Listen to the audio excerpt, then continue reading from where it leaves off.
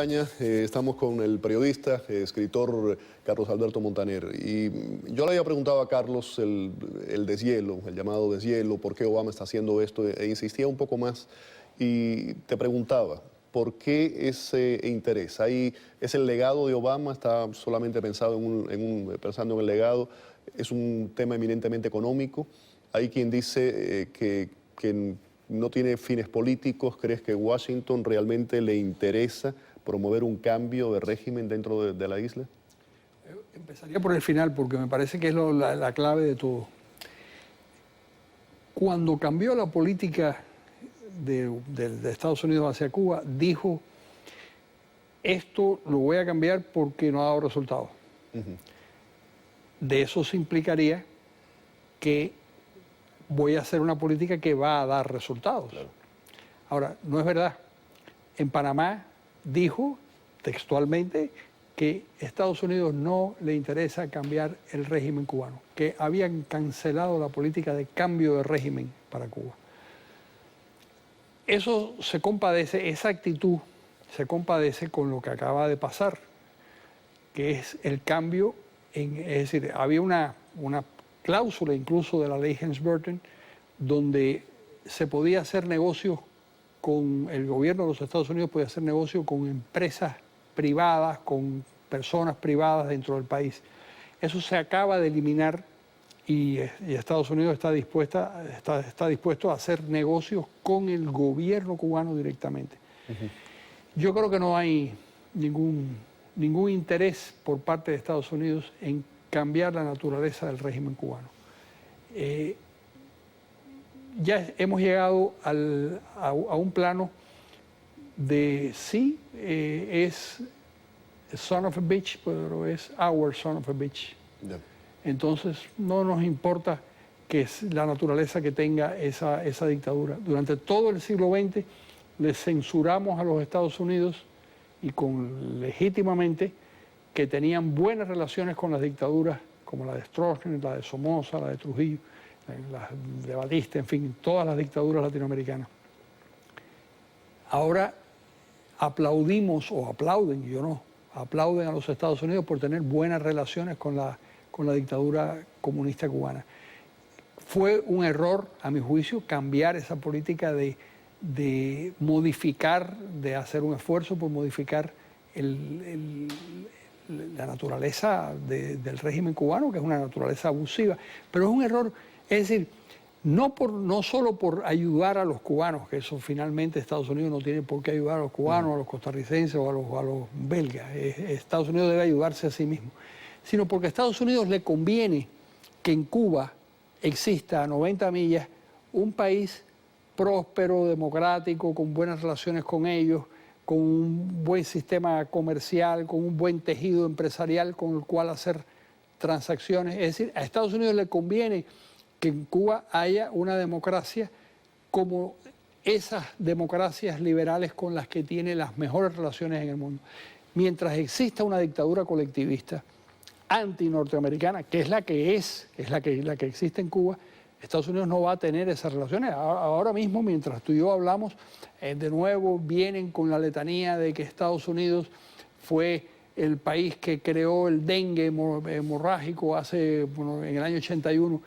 En el pasado dijeron que había llevado los ciclones a Cuba, el que la CIA era la responsable de llevar los ciclones a Cuba, de la misma manera que se atrevieron a decir que la destrucción de Haití fue la consecuencia de un arma secreta del Pentágono para que la aprobaron en Haití. Es decir, todo eso demuestra la percepción que tiene el gobierno cubano de los Estados Unidos. Es una percepción de hostilidad. Pensar que se puede tener una relación cordial con un enemigo hostil que intenta hacerte daño es realmente absurdo. Carlos, el embargo. Hay mucha gente que piensa que el embargo no debe levantarse para no darle a Cuba el acceso a los préstamos internacionales. Pero más allá de esto, mucha gente considera que el embargo ha sido la única excusa que han tenido los hermanos Castro para justificar a través de tantos años su fracaso político, económico y social. ¿Qué piensas? Que lo de las excusas se inventan sin ninguna dificultad. Ceausescu en Rumanía tenía trato de nación más favorecida por los Estados Unidos por su posición antirrusa o antisoviética, y eso no le impedía ser una dictadura repugnante. El mismo caso de Yugoslavia, que por cierto fue el país que hizo la peor transición y se acabó desintegrando. Es decir, la idea de quitarle un argumento al gobierno cubano, el gobierno cubano ha sabido convertir la hostilidad frente a los Estados Unidos en un instrumento de lucha política. No.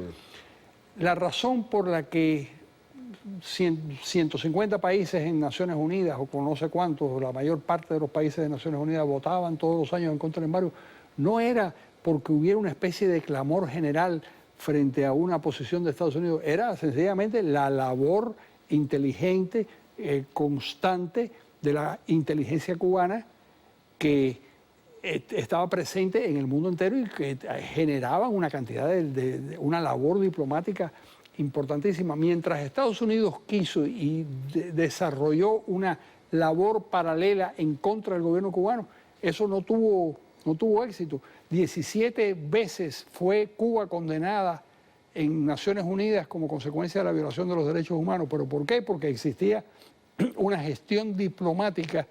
La inteligencia norteamericana también funcionaba en la otra dirección.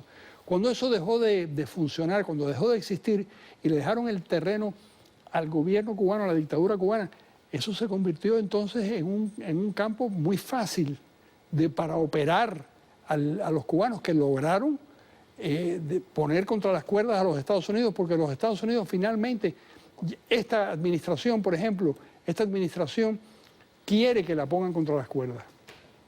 Cuando el presidente Hollande en Francia pide el levantamiento del embargo, es algo que celebran en los Estados Unidos. Claro. ¿Por qué? Porque es un argumento más para lograr algo que en esta legislatura probablemente no se pueda conseguir, pero quizás la consigan en la que viene.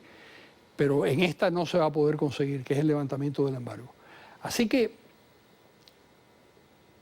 ¿qué hay que hacer con una dictadura que te hace daño, que a ti no te conviene como país, que ya ha exportado el 20% de su población a tu propio territorio? Bueno, pues a mí me parece que tiene todo el sentido del mundo intentar cambiar ese régimen y hacer todo lo posible por intentar cambiar un régimen que perjudica a los Estados Unidos.